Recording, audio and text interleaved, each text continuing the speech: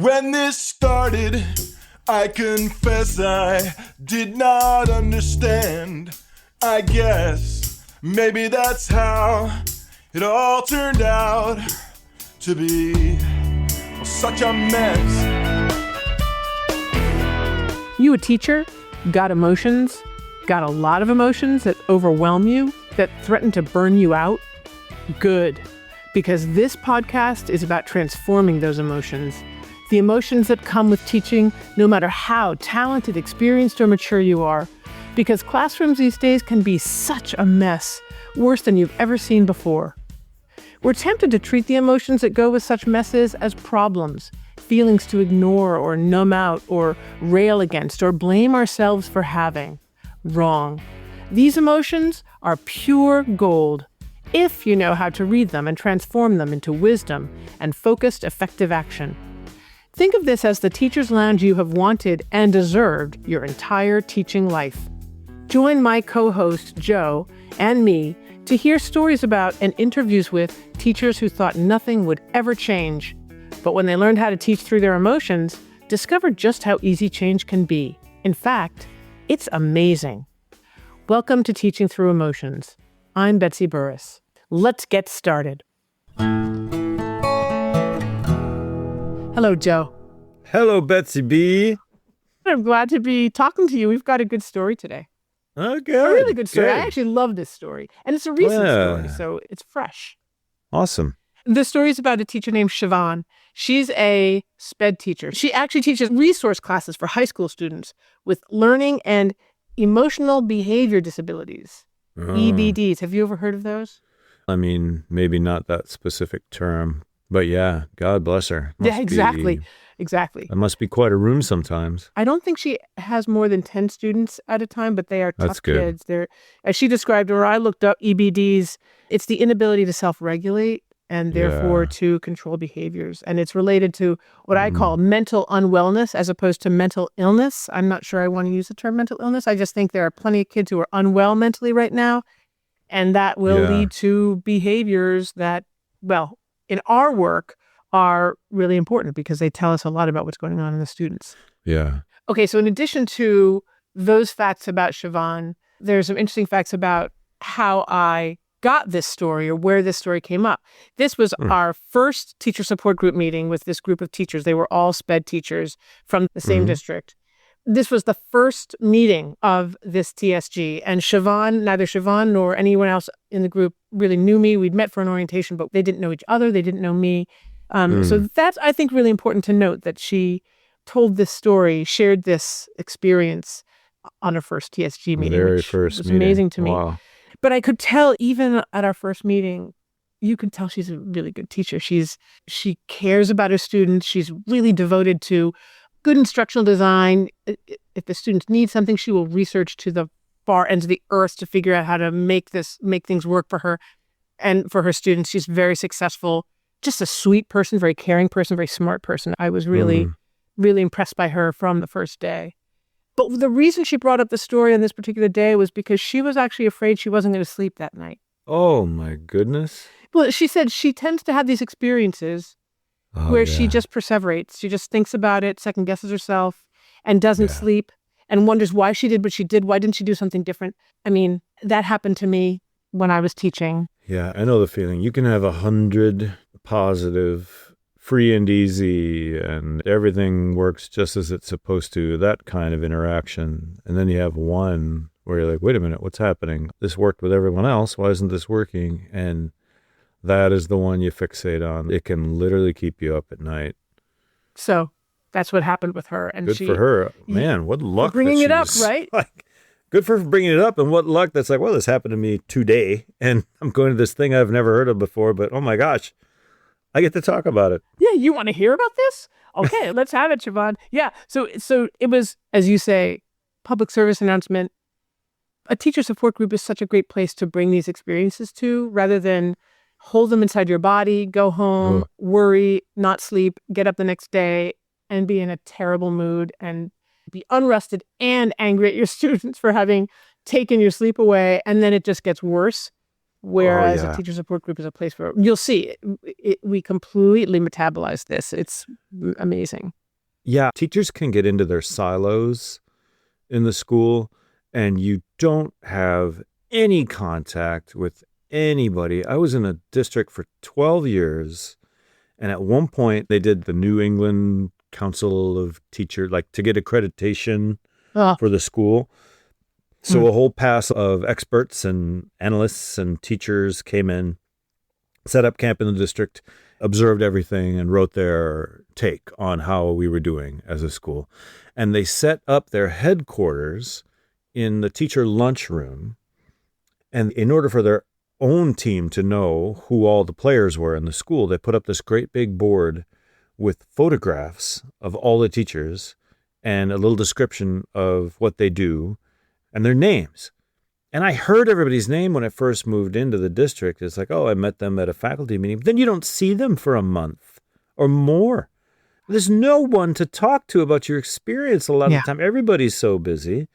And when they left, I was like, please leave that board up. That board should be up in every teacher lunchroom in America. Can you just please leave it up? And it wasn't even that big a school. No. But you just don't see anybody. And then, like, who are you going to talk to these things about? Like, thank God she wound up in your teacher support group. Yeah, that is interesting. That the teachers tend to be siloed. And when do they sit down and talk? And when they do talk, I'm guessing they complain, like, oh my God, this happened. Oh my God, that happened to you. Oh, he's such a turd. Right. Yeah, I hate that Instead of doing the kind of work that we do very efficiently in a TSG, which is no, you don't get to bitch. Right. I mean, bitch for a second, but now we're going to figure out what's going on. Anyway, so here's the deal. The story that she told us was they had a break, a week-long fall break, and the day before the break was a really crazy day in her area. It was crazy weather that actually the school lost power for 6 hours that day. Everybody was in school. They lost power and they stayed in school. But her kids, she said, were just climbing up the walls. They were just so energized and, crazy weather, last day before break, power out. Full moon? Like, they can't Was do it a anything. full moon? Exactly. The full moon was hanging in every classroom. They were howling at it. So she said, okay, you guys, this is crazy. Let's make a deal. Here's the deal. If you agree that the first day back from break, you're going to buckle down and work your butts off, it's going to be all business. If you can agree to that, then you can have today off and we'll play Uno and you can relax. And of course, what do you think the students said? I'm down. Totally. You bet. Absolutely. Of course we'll take that deal. So they played and had a nice day. But then the day that I saw Siobhan, the day that I met Siobhan in the TSG, was the first day for them back in her classroom. And they were also off the wall. They were still squirrely, as she put it. They were squirrely and they were not working. And she was incredibly frustrated because they'd made this deal and they were not fulfilling it. So she said she didn't yell at them, but she barked at them. She said she went into mama bear mode. She doesn't like being in mama bear mode, but this is what I love about her. But she can get into mama bear mode. And she was holding the line, insisting that they do their work, letting him know how unhappy she was about the fact that they weren't doing their work. But then she also had some high school seniors in the class, some helpers there who had taken the class, and they actually started helping the kids do their work. Okay, so this is a resources classroom. I think it's language arts. The assignment was to compare the lyrics from one of their favorite songs to Emily Dickinson's poetry in terms of similes. Huh. Cool. So their assignment for the day before break, they were supposed to choose their favorite song, find a YouTube video of it, and upload it so she could see it, and then upload the lyrics of the song to Canvas, which is a classroom management. You probably know about it, right? We use Canvas. So that was the assignment. They didn't want to do it on Friday, and they couldn't handle it on the first day back from school, which I think was a Tuesday for this class. And she was like, she's had other classes. They've done this before. It's not hard. These kids can do it. They're competent to do it. It's not that they can't function. They can do this job. They're just choosing not to. And she was really frustrated with them. But they got through the class because these helpers were there and they helped the kids and made it through. But she was worried that she was going to perseverate about having taken the mama bear position and barked at them and given them a hard time for not doing what they said they were going to do. And regardless of whether they said they were going to do it or not, what they were supposed to do. It was a class, right? Sure. This is what we do. Right. So that was a story that she told us. Yeah. When I come home on a day like that, my wife is also a teacher. She's a professor.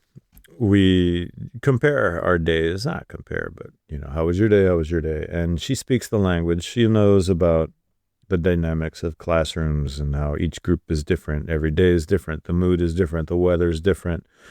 And the way I always put it is I growled at them today. Like there was a whole group that I had to growl at.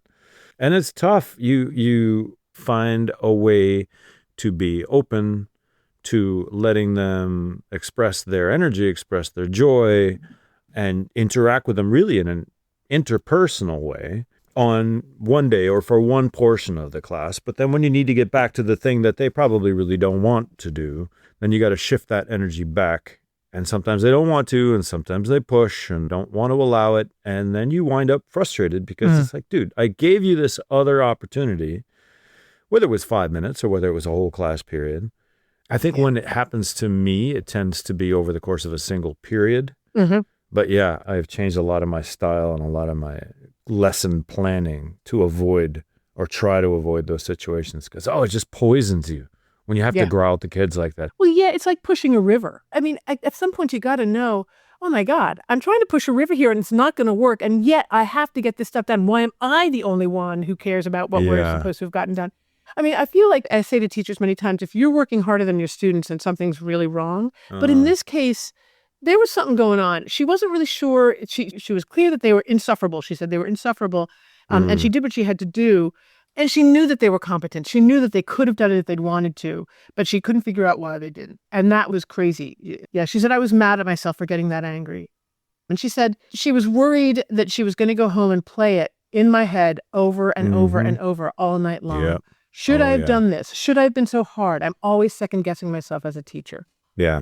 I mean, I remember it, and it is such a horrible feeling. As you say, it's horrible. So, all right. We asked questions, we got the details, we sympathized and empathized with Siobhan.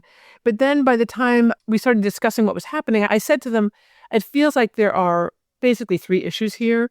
One is the student's behavior. Another is the timing of the student's behavior. And the third is Siobhan's responses to the student's behavior. So her response to them in the moment, but also her response to her response, which is, I can't sleep because I was a bad person. Yeah. So, right? So, when she was describing the students' behaviors, it just occurred to me, I asked her why. She knew they could do it. She was expecting them to do it. Why? And she didn't understand why they weren't doing it. So I asked her why on this particular day might they not have been doing it. To be fair, this was 2 days after vacation. So I think it was a Tuesday after vacation had ended. Okay. And she pointed out, well, they did just come back from vacation, which was like a duh, like, of course, had just happened. And that changed everything around because now I was wondering, I said, okay, so, and here's where we're going to get to the question of what this district is like. What was vacation like for those kids? And she said, well, a lot of the students are poor. A lot of them are food insecure. She figured there's probably a lot of food insecurity at home. She said she did not know what their relationships with their parents were like, but she guessed that they didn't have an easy time at home during break. So that's why that second issue, the timing of the behavior, is really important. And I think it's really great for teachers to wonder, especially if something kind of abnormal is happening, ask yourself why it's happening now. Because she came up with that answer immediately. It's right after break. And that is a really important answer because kids tend to be squirrely right after break at best. But if you've had a hard time during break, what's this transition for them back to school like? Yeah. Transitioning back for everybody is difficult, either because you had such a great time over your break and you can't believe that you have to come back to this drudgery, or I don't know the makeup of this district, but there can be an issue too of where I'm going to come back and my classmates are going to be tan because they were in the Caribbean, or they're going to have like the sunburn on their cheeks from where they were wearing their ski goggles, Wow. And I was just trying to stay safe the whole time. I was keeping a low profile, trying to make my way through hunger or whatever. And now I'm back in school. And that could just heighten something they didn't like anyway, which is like being the kid that everybody else knows. They can look at your clothes. So then you got that to deal with when you come back. I hadn't thought of like the jealousy or envy factor, but that's a really good point, that when everyone disperses to the winds and comes back again, the class distinctions between you can be really obvious. That's interesting. And that's not where my mind went when I was at the TSG. What I was thinking about was specifically Siobhan's guesses about the student's experience. And I thought, okay, so these students are coming back. They're in a classroom together. And I actually immediately went to the notion of a holding environment. I was thinking about their homes as holding environments. Or not. Exactly. So a holding environment being a place where people are held. A family is the ideal place where kids are held by parents in ways that either promote or do not promote healthy, safe development. So it's a safe space, basically. And so the way I would define healthy holding environments are places where students feel safe, held, seen, nourished, and contained, where adults are convincingly competent, consistent, and trustworthy. I mean, this is important because this is a family environment, holding environment, but I'm guessing that the kids also need, I know students need healthy holding environments in schools. So healthy holding environments are also places where reliable adults are in charge, where students do not have to be in charge. That is, they don't have to be worrying about where their next meal is going to come from. And the healthy holding environments are places where stress and anxiety are adequately contained and metabolized, not overflowing and out of control. I mean, if you think about those things, what was it like to be home? If those things were not happening, then I can see why it would have been tough for those kids during break. Yeah. Do you know how many periods a day she has these kids? No. I think it's one period at a time, and she has a bunch of different kids in each class. From your description of her, I would not be surprised at all if some of these kids look at her as much more than someone who teaches me things and someone who gives me grades. This is a room where I feel seen. She knows what I have difficulty with. She works with me to get through those difficulties. And they may have been trying to, wrestle out of her a lot of other stuff that they needed and they don't get anywhere else. And it's like, no, we can't talk math right now. We've got to talk. We got to be squirrely. We've got to be social. We've got to be ourselves so that you can see it and so that we can feel seen. And right now I can't turn that off. Maybe I just came from a home where nobody sees me and nobody cares about my sense of humor or my goofy, fun-loving self. But I know that you do. And I need that right now. So we have to make sure that gets done. Maybe we'll do math later, but right now what I need is to be with you, It's so interesting that you put it that way because, the way I think about their behavior is that they were possibly teaching Siobhan what it's like at home, right? It's uncontained. It's out of control. There are no rules. We get to do whatever we want to do. We're in charge. But there's also the flip side that you just described, which is, and yet we need to be contained. We want to be contained, and we think you're the one. Because I really did believe that Siobhan was the right person to act out it, in whose classroom they should have acted out, because she could go into mama bear mode. I think that's so important. She wasn't going to let them tread all over her. I mean, I'm guessing these kids might have been behaving this way for every class all day long. I don't know. As you say, they can't help it. This is not a conscious thought. They're not going to school saying, oh, I think I'm going to act out in Ms. Siobhan's class because I think she can handle it. It's both an expression of their reality, this is what it's like in my world. If it's that way there, I'm going to make it this way here because I don't know how to do it any other way unless I'm contained by somebody. And it's also a test. Can you actually contain me? Can you do it? Because they can't at home. So that's, I think, always a test that students' bad behavior is throwing out there. And so often we teachers fail those tests because we misinterpret them. But Siobhan didn't. We were asking if it were possible that they were teaching her what it was like at home and testing her to see if she could actually contradict their expectations of what the world is like. Yeah, I think kids do that all the time with everybody they interact with. But this is why getting teachers together in a room with somebody who knows this vocabulary and territory to kind of guide and show and say, well, often kids are motivated by X, Y, and Z, because if you don't have that, you're just left alone in this totally fraught environment. We're going to be in this room for 44 minutes. Right. And during those 44 minutes, I'm in charge and you are not. And I'm going to try to guide and mold and shape, but also correct you until this bell goes off, and then you'll go somewhere else. It's so condensed and artificial. Yeah. But it is this neat as in the edges are quite clean, little metaphor for being a young person in the face of older people. Is this person responsible? Can this person take care of me? Does this person deserve my respect? And when the answer to that is so often no, then you get a whole lot of it directed at you as a teacher. Yeah. I love what you said, Joe, because you're kind of reminding me to say there's no blame here. There's no blame of the students and there's no blame of the teacher. Teachers have every right to read behavior as behavior because it's getting in the way of a lesson. But as you say, if teachers can read behavior as symptoms of an emotional or relational need, a developmental need, that's where the gold is. That's where I think, the sparkling diamonds are, because that is happening all the time. Just because we split up a day into 44 minutes and teach them things that they should want to know, just because that's what we're doing in school does not mean that they check their emotional needs and relational expectations or patterns at the door. In fact, unfortunately, school is like a sitting duck for these kinds of behaviors. Kids are going to bring them right in there because it's a contained space. It's a place where they might be able to feel safe, but if they're not feeling safe, they're going to let you have it. They have all kinds of reasons not to feel safe, reasons that teachers provide for them if the teachers are not seeing them accurately or doing a terrible job, in their instruction, or because what's going on at home has activated the kids and they've got poison just circulating throughout their bodies.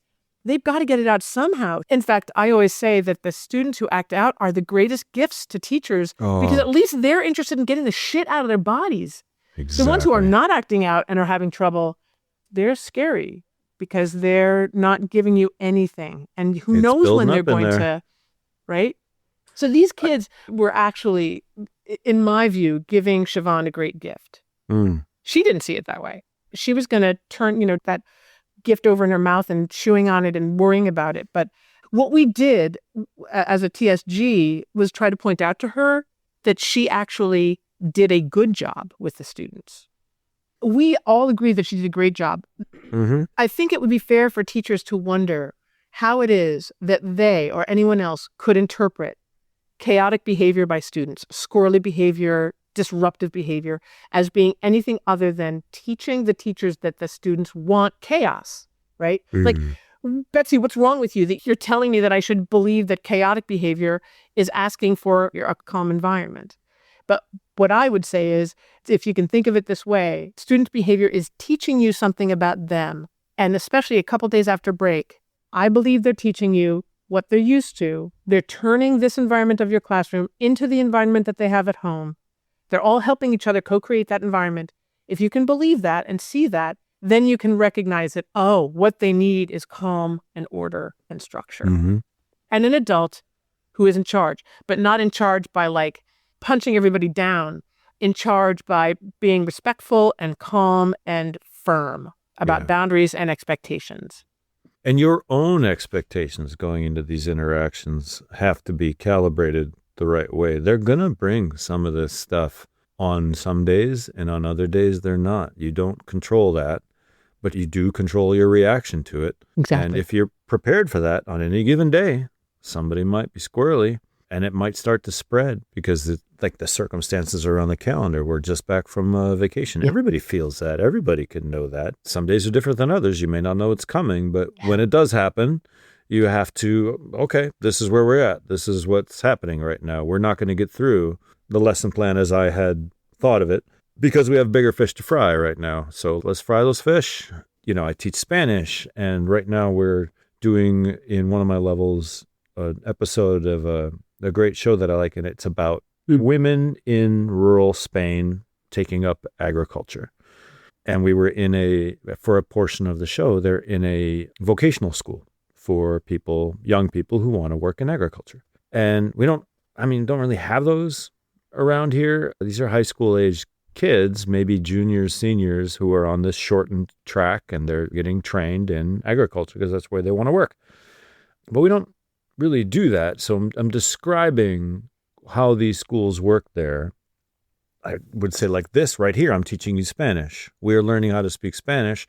We're learning about the wider world. We're learning about cultural differences, linguistic differences, how different societies have decided to structure themselves. But what these guys are doing there, and they didn't refer to it, by the way, in Spain as education. They referred to it as capacitization, right? Giving you the ability, not shaping you as a person, just taking the person that comes in the door and saying, oh, you don't know how to do the thing? I'm going to show you how to do the thing. That's it. Yeah. And if everybody in the room is like, well, I'm here to learn how to do the thing because I really want to, great. Then it's easy.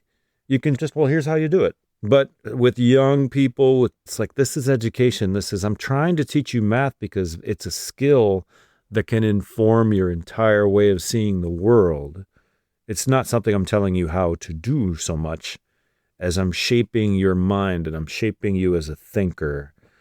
It's so interesting to consider that maybe education really is about human development. It's not, it's about developing minds, bodies, and capacities, not to do things, but to think about things, as opposed to training, which is really different from education in our country, too. Totally. To be voluntarily moved into a building where you're going to be shaped. But my belief is that education is about working together to develop capacities to think creatively and in a disciplined fashion about anything.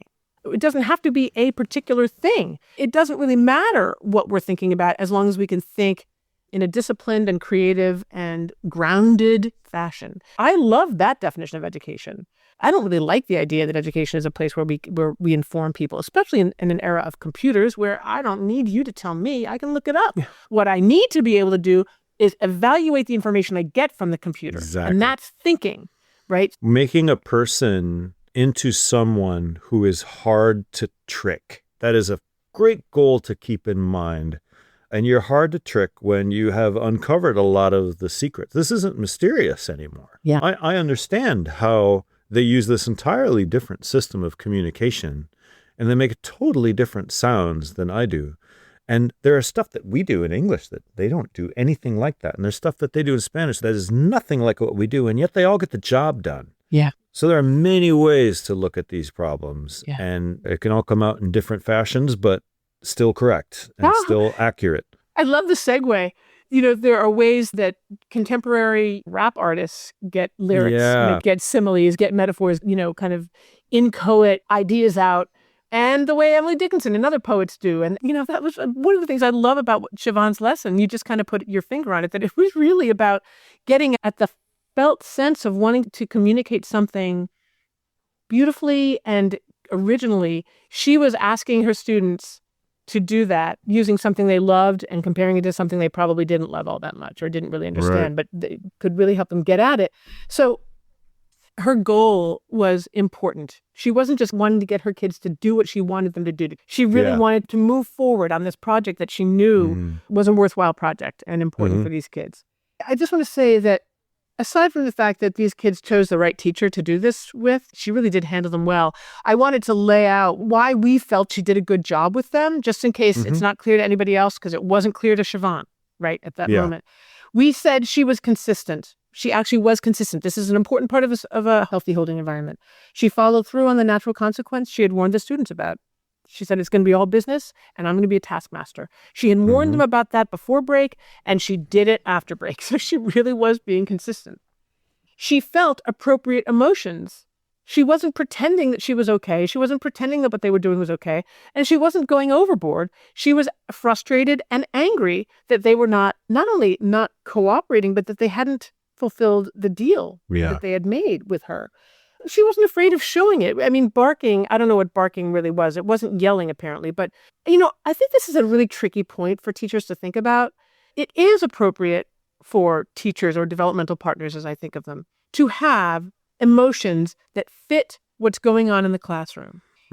How to express those emotions or use those emotions or, when to contain them, basically what to do with them at any given moment is a tricky question.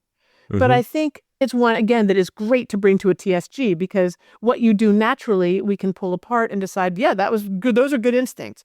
Or what you did emerged from your own contorted psychic structure, and it wasn't necessarily the ideal thing to do, not necessarily adaptive in the moment. Let's think about how you might plan for the next time so you do it better next time, right? We're all human. We're all going to act out our normal contortions and relational patterns.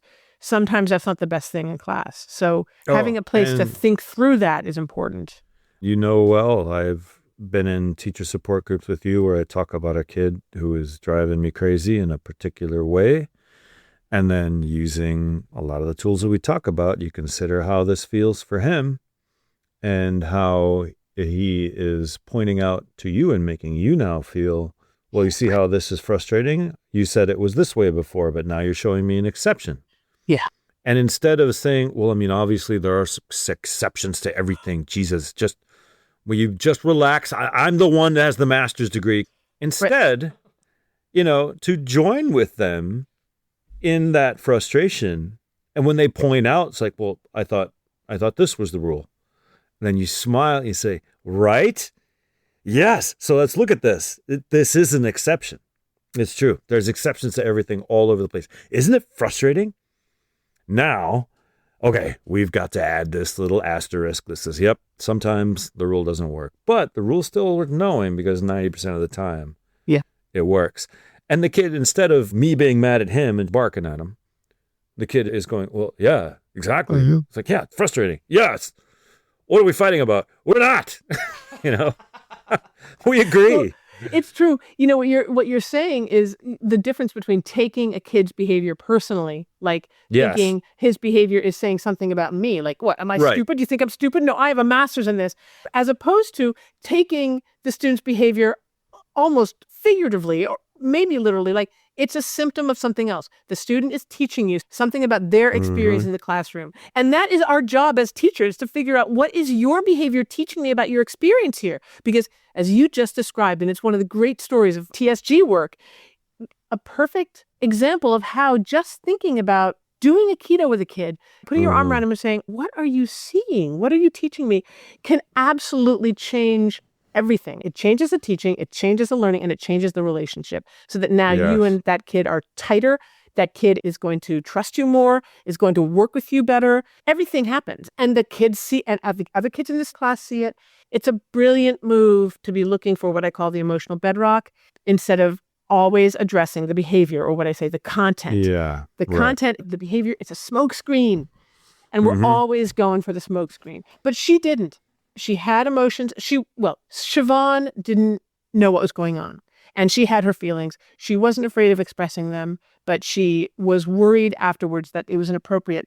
Still, she stayed connected with her kids, which I think was really important, that she didn't abandon them. She didn't punish them. She helped them as far as they would let her. But then she got these other kids in the group to help and move them through. So she stayed connected with them. She did not withdraw and get punitive. In spite of her emotions, she did stay contained. She stayed in what I call her garden. She didn't rage. She didn't flip out. She didn't send them all out of the room. She didn't give them all detentions. She stayed with them and she worked with them. She kept them contained in her room, and she kept herself contained to the degree that she expressed appropriate emotion but did not flare or shit all over them.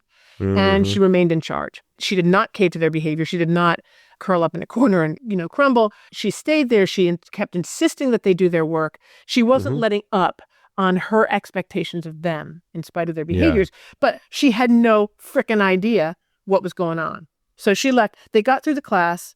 She came to the support group. And this is why, as you were saying earlier, these frames that psychodynamic work or emotion work can offer teachers can be so magical.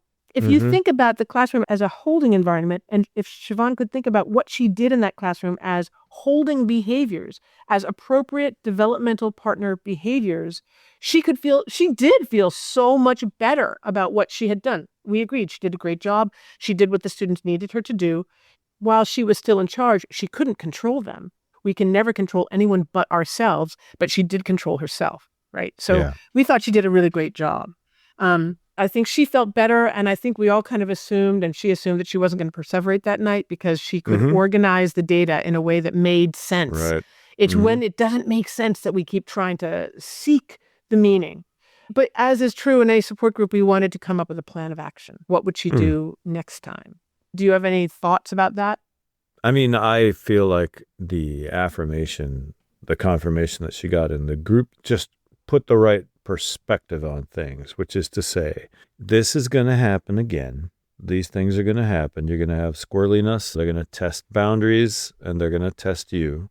It won't be fun and it will hurt and you will be annoyed. And that your being annoyed isn't, the red flag going off. There, I failed. Exactly. No, of course you're annoyed. They're trying to annoy you. Or they don't care how you feel. They want to get out what they have to get out. You can't be 100% immune to it all the time, but you can keep the right perspective on, why am I reacting in this way to what they're doing? Oh, I'm taking it too personally. You can critique your own in-the-moment behavior if you stay in your garden, and you can get through it without screaming at anybody, without throwing them out. That's a victory. Yeah, Getting through it and remaining, it is still a classroom. We are still working, maybe not as effectively as I would have liked. Maybe I've had to growl at them a little bit, but the classroom is holding, and tomorrow will be another day and we'll be more efficient. That's a win. Yes, I love Getting out of that class period like that is a win. I've seen a lot of failures. I've lived through a lot of failures, but that isn't one. And just to have other teachers around you making you aware that that's not a failure, man. That's pretty good. I love it. So the group did turn to the next day because, I love what you said, Joe. She could see it as a win, but she wanted to make sure they got their work done. So she wanted to basically repair, and no one made a mistake. There was nothing broken, but she wanted to go back in and reset.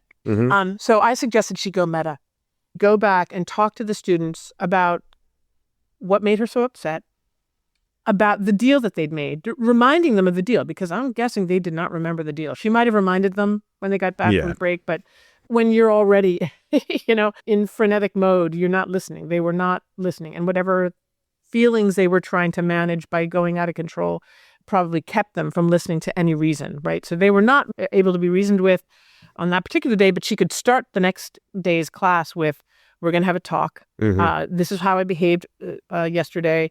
This is why I behaved how I did. I was really bummed about our failure to kind of follow through on the deal that we made on the day before break.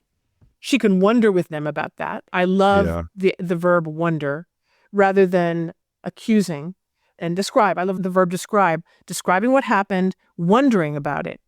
Specifically, I suggested that she ask them, what does a deal mean to you? When you make a deal, what does that mean? And what is it like to follow through on the deal? And I also love this question, what is it like for you? Because teachers think they know, except one thing that I think is so true, I say it often, is, the thing about teaching is you're faced with a sea of heads. You don't know anything. I mean, I remember being at a workshop where I was describing something and there was someone in the sea of heads listening who had this look on their face, like all screwed up, like, what the fuck are you talking about? And I remember looking at her and thinking, oh my God, what, for all I know, she was thinking about, her outfit and how how awful she looked that day, whatever. But the face, I read the face as meaning something about me and my work, but I don't know what's going on inside that head. And teachers never do. We never can. Yeah. So asking students what it's like to be them, or what it was like to be them at a particular moment, is a really great tactic, because you can't know.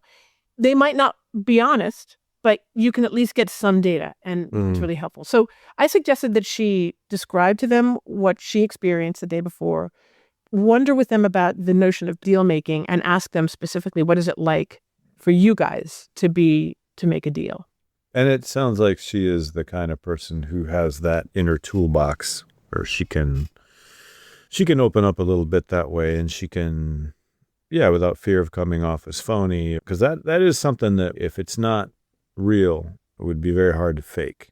Exactly. It absolutely can only happen if you actually have good relationships with your students, and specifically with a class. I mean, you can have individual relationships with students, but there's also the class relationship.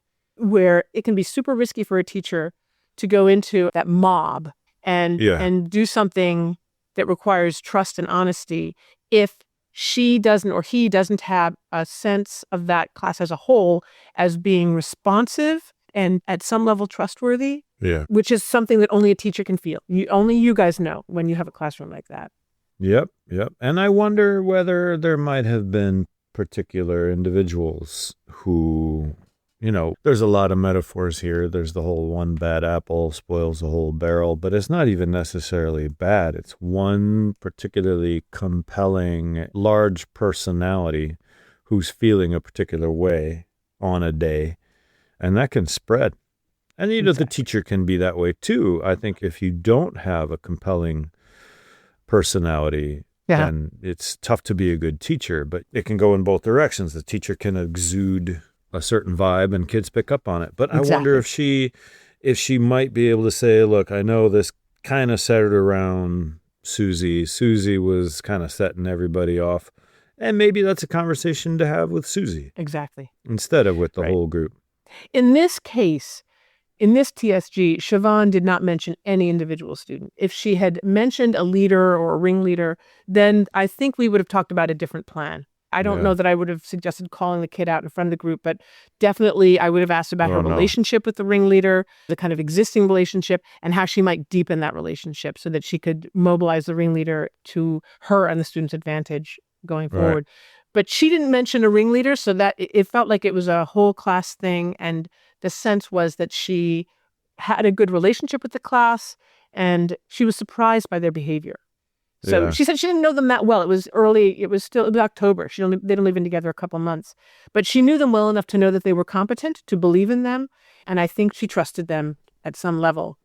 And what's interesting about this, as you point out, like the risk that teachers take when they decide to come back into a classroom and go meta with them, to talk about what happened, she was not inclined to do this. She didn't tell us this in the TSG. She told us in the meeting after this TSG. She said, I was not inclined to try that approach. She said, I tend to forgive and forget. I just pretend nothing happened and just keep moving forward. That was her instinct. Again, she was structured to do that, not to address or confront or do any conflict management. But she said, my mom always said, if you're going to therapy and your therapist suggests something, at least try it. It might not work, but try it. So she did decide to try this tactic. And what she told us the following week, I have to read it because it's so amazing. She said, I went ahead and did what you suggested, which was to have a conversation with the class about their not holding up their end of the deal. I hadn't done that before. I usually just plow ahead into the next lesson. My philosophy is forgive and forget, don't bring up the past, which I'm like, oh boy, that's not my philosophy. So she tried it. She did this plan and she said, the students all sat up in their chairs and nodded like they knew exactly what I was talking about. Then they did what I'd never seen before. They started working on their projects. And she said, they tore it up for an hour and a half. She said, I've never seen such hard work in my life. They just cracked it out. It's amazing. And again, Siobhan sounds like she's very emotionally aware and takes her role very seriously in the classroom. She takes their education very seriously. And they can smell that. Yes. When she comes in and says, we need to talk about what happened yesterday, I'm sure that she sells it in a way that is purely positive and genuine. You can't fake that kind of thing. And it sounds like she just nailed the right approach, the right tone. And they immediately said, yesterday wasn't any good for us either. I mean, I would think as a kid, if we got away with some BS, we're pulling with a sub or something, in the moment, it felt like, we did it. But then you're just like, that was awful. That was shit. We have just confirmed that you can dirty the nest and make everything awful for everybody. We did it. Like, oh my God, what a lesson to take home. I'm sure they left that class with a bad taste in their mouth. Exactly. And it could go both ways. I mean, when you were describing Siobhan, I was getting chills because you got it. She is such a caring, no nonsense, grounded teacher. She cares about her students so much that within those first 2 months of classes with her, they totally got that feeling. Because I got that feeling in just 5 minutes with her on a Zoom call. She is lovely. I love it that you picked up on that because that's what they knew. They knew it, and I love it. As soon as she started talking, they sat up in their chairs like, oh. And I just want to say, what a delight for kids who might not be accustomed to reliable, consistent, trustworthy adults to have an adult come in and care enough about them to stop them in their tracks and say, here's what I saw yesterday, and I didn't expect that. And here's why I didn't, because I believe that you and I had a deal, right? And I want to know what that's like for you. That question for kids who aren't accustomed maybe to being seen, to being fed, to being held carefully, to being safe, those are not insults to the students. Yeah. All of that behavior, I think, that behavior is caring behavior. Yeah. Caring behavior is not just, oh, well, let me help you. Oh, I feel so sorry for you. Oh, I pity you. That's not caring behavior. Caring behavior is, I believe in you. I have high expectations of you. I have high expectations of myself. And I'm not afraid of you. I'm going to talk to you about what matters to me because you matter to me. If I'm not going to talk to you about what matters to me, then I'm clearly conveying to you that you don't matter, right? Yes. Again, it's not. That's not overt. Siobhan, I'm sure, communicates with every step she takes and everything she does that it is about the students and not about her. Yes, and that's right. That's a great spot to get to in every walk of life, in every aspect of your life, to where I'm secure enough in myself to where these students are not my audience. They're not here to applaud me. The students are not blank, interchangeable faces that I will remember as my adoring fans. No, they're individuals, and every class is different. Teaching is a lot of things. It is never boring. Every new group is different. Every new face is different. Every new kid is different. And it can be exhausting, but you have to see them that way. And you have to let them know that you see them that way. Yeah, exactly. And you have to truly see them. I mean, I do wonder about teachers who don't love kids. And teachers who teach at levels with an age group that they don't like, right? Don't do it. I mean, if you don't love your students, they're going to know. And they're going to be testing you and just giving you a chance to teach them something different that you do care about them. They're not going to help you. Anyway, Siobhan clearly loves these students. And the rest of the TSG meetings proved that also. She was devoted. She got her students, her EBD students got test scores that blew away even the regular classroom students. She did research. She found the best ways to teach the students what they needed to know for their tests. She delivered. The students absorbed it, and they nailed their tests. I mean, she's really a remarkable teacher. And this was, like I said, the first day of a teacher support group that taught me so much about her. And I love her. I so appreciate her. Even the ones who hit home runs all the time regularly come to the end of a day and go like, okay, I don't think I'm going to be able to sleep tonight. Exactly. That's exactly right. So there's one other thing I can mention about her. I mentioned that she was skeptical of trying this plan. What she said to the group was, I didn't want to browbeat the students. What does browbeat mean to you, Joe? Everyone knows what the point is. Everyone knows what you want to talk about, but you're just going to say it over and over and over again. The beatings will continue until morale improves. Exactly. That's a fantastic definition. And I just want to say that's what Siobhan thought that bringing this up to her students would amount to. Yeah, right. That's interesting. What she learned, the fact that she tried it anyway, the fact that we ended our teacher support group on her difficult day with a plan for her to bring something up to her students that in her mind she thought would mean she would browbeat them. Yeah. I mean, in the TSG, I've modeled, like, this is what you can say, and it's got to be calm. There's no punitive, you're asking them about, you're curious. Curiosity is important. She pulled it off and discovered that, as she put it, students really respond to bringing things up. So she thought, just forgive and forget, don't bring up the past, just keep moving forward. Yeah. Bringing it up again would mean that I'd be flogging them, such a great word, flogging them. But she did it anyway, which is incredibly brave and trusting. And she did it well, in spite of her fear that she'd be browbeating. She did it well, and she learned a really crucial lesson that I want teachers to hear, which is, students, respond well to teachers bringing things up. And here's what I want to say about that. Because I think most students do want to live in reality. They do want their teacher to represent reality to them, to describe it, to respond appropriately to it, to ask them about what it's like for them to be living in that reality, and to come together to figure out how we're going to manage this reality, which none of us might like, but we still have to do it. So representing reality to students is something that they not only need, because forgiving and forgetting, moving forward as if nothing happened, is a denial of reality. And how do students respond to that? They are like, okay, so we're in charge. We can pull this off anytime we want. We can't trust you to actually help co-create a reality that is safe for us, right? All these things that they're not thinking consciously, but I feel like they're feeling in their bodies. They know it from home. What they need are teachers who are willing to say, here's reality for you. And I'm good with it. I'm fine with reality. And I'm not afraid of it. I'm not afraid of you. I'm not afraid of describing it. And I'm not afraid of asking you to talk to me about what it's like for you to be in this reality. And furthermore, I'm not unwilling to collaborate with you on figuring out how we can do it better, how we can be in reality, in this reality together better. Yep. And even that might not work out as well as you might like. Some students will react to that better than others. Some will take it more seriously than others.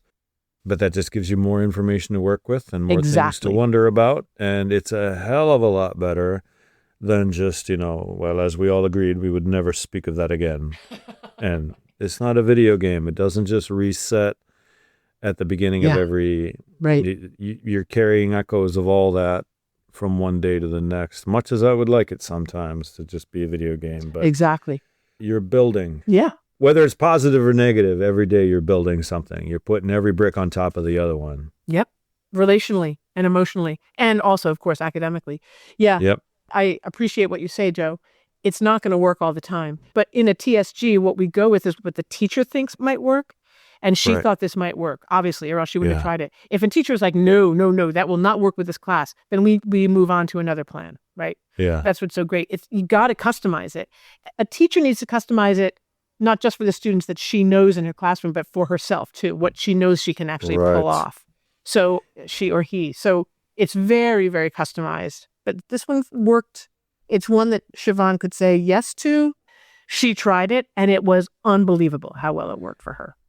And, the counter arguments that you hear teachers throw out, ironically, it reminds me of the education versus training thing, where if you were to say, okay, then I think what you need to do is address this with the kids and talk about what happened last week and how it happened. How were you feeling? Blah, blah, blah, blah, blah. And you say that to some teacher who says, well, what if the kid is just, what if it doesn't work? What if it goes terribly? Oh, now you're going to lose another class period because all they want to do is talk about their emotions all the time. What happens then? Huh? Smart guy? And you're like, okay, nothing is going to work all the time. And your suggestion is nothing. You don't try anything. You just keep doing it as you were doing it. Nothing is going to work all the time, but we are as much a project as teachers as the students are as students. We're always trying to get better, and we're always trying to increase our tool belt to try something new, to try something that may not work, but that addresses what is actually going on in the room. I get so frustrated when people don't want to do that. Yeah. I've never done that before. Well, that's true. You have never done that before, and you're having a hard time, aren't you? Yeah. And it's funny, as I think back, I don't think I've ever had a teacher say, I'm not going to do that. If they said that, then it would be like, okay, well then don't. Let's come up with something else. But it's so interesting. I think in teacher support groups, because we talk about the issue first and really try to understand it and frame it so that it makes sense, it's so much easier to think of a plan of action based on that data-based formulation, right? It's much easier to come up with a plan that feels doable, I think, when you've worked through the data. And of course, you said it many times just now, if it doesn't work, that's fine, because it'll give us more data. Exactly. If the plan we came up with was inaccurate, then just bring it back and we'll refine. And eventually it's going to work. But usually it works on the first try because we've done a good job of figuring out what's going on, of making good guesses, basically, because we can only make guesses. Teachers listening to this episode might be like, oh yeah, sure, right, I'm going to do that. That won't work in my classroom. Well, I don't know. I can't say that it would. I can say that if you were in a TSG with me, we'd figure out something that would work. But And then it did work it's for about this Siobhan. work. And it worked for Siobhan. I don't think you're going to have a problem as a teacher and then take a crack at something that you've thought a long time about. Maybe this could be a way to improve the situation, and it doesn't work out perfectly. Better to make an aggressive mistake than a passive one. Try it. Exactly. Try it. So let's get active here and come up with our takeaways. What's the axiom that you think this episode contains?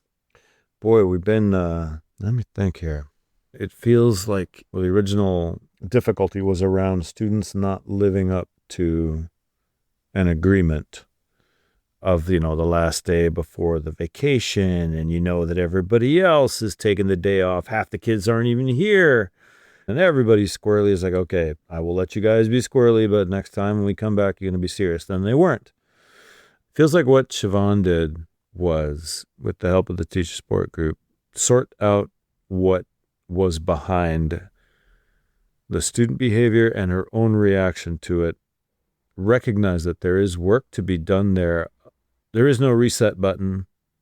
Don't just try to hit the reset button. Don't hope that over the weekend the reset button goes off and everybody shows up blank slates.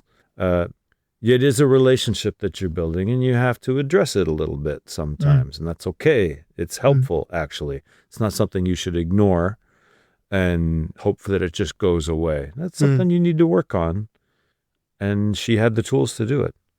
Oh, I love it. The axiom, there's no reset button, is great. Yeah. And I just want to say, in Siobhan's classroom, these were kids who were mentally unwell, acting out because of their executive function difficulties and their inability to manage their emotions. So dealing at the emotional level was appropriate for Siobhan in that class, I think. And I hear you saying in a lot of classes where that emotional bedrock level is not necessarily appropriate or relevant, given the fact that the students can actually manage the content, they're doing fine academically. Teachers in those kinds of classrooms might be less likely or less comfortable doing this kind of thing. Depending on the situation, it still can be advisable to work at the emotional bedrock level. But in her class, she was educating her students. She was helping to teach them how to contain their emotions. She was helping them to talk about what it means to be reliable and trustworthy, even if they didn't necessarily feel that way, but they then became reliable and trustworthy. And by the way, I didn't even say at the very end, when they gave their presentations, they knocked them out of the ballpark. The presentations, their comparisons between the song and the poetry, she said they clearly understood what I wanted them to understand. They accomplished the academic goals and did so, I would say, on the basis of this really effective 10-minute conversation at the beginning of a class, after which they spent an hour and a half cracking it out. So for her, dealing with that emotional bedrock level was absolutely the correct place to go. Maybe not for all teachers, for all situations, but for her, yes. Size of the group makes a difference. Exactly. Where they're at. And not only did she instruct and shape and show, she modeled. Yes, exactly. She was just right. as curious about her own emotional reaction as she was about theirs. Yes, and she worked that out. Yeah, I love it. There's no reset button. Relationships are being built every minute of every day with every one of your students, for better or for worse. I love that. I mean, I like yours better than mine. My takeaways, I have 3 of them. I always have about 1 billion. I love it that Siobhan learned that bringing it up is probably a good idea. Do not forgive and forget. How can anyone learn if you forgive and forget? You can't improve. You can't learn from your history. I just have said it, and I want to say it again. Bad behavior is a gift. I do see it that way. It's not pleasant. It's not happy. It can be terrifying and dangerous even. But if you are a teacher who has the support that a support group offers, you can figure out what it might mean and make some guesses, try some experiments. And finally, hold 'em. Hold 'em is a big axiom I use a lot, which is classrooms are holding environments. Schools are holding environments. Students need to be held, not allowed to run the show, not forgiven and forgotten, not unseen, not feared. They are to be managed the way any good parent manages children, even when they're throwing temper tantrums. Like, we've got to engage because this is a developmental space and safety is absolutely required. And all the shit that human beings bring to each other, especially in a small room filled with people of the same age. Think about that. Schools, what a design flaw. Let's fill a school with kids of the same age and then put a bunch of teachers who aren't related to them in charge of them. But given that that's the design, we have got to hold them. That's what we're working with. So figuring out how to make it a healthy holding environment is crucial for schools and classrooms. I've never thought of it this way before, but a classroom, like a home for a young person, it's a place where you are safe and, crucially, you're not in charge. Yep. This isn't my responsibility to keep everything going in here. When I try to test and see whether I am in charge, can I break this place down? Yeah, no. Exactly. Yes. You can't. Exactly. And I see you, and I wonder about how you're behaving and why you're feeling the way you're feeling, but no, you're not going to break this down. That's such a great note to end on. Awesome. So, Joe, thank you so much. Not at all, Betsy. This is always fun. I want to thank the teacher whose story we just told or who consented to be interviewed for their generosity and wisdom and commitment to teaching greatly. You rock. Here are a few more people who rock.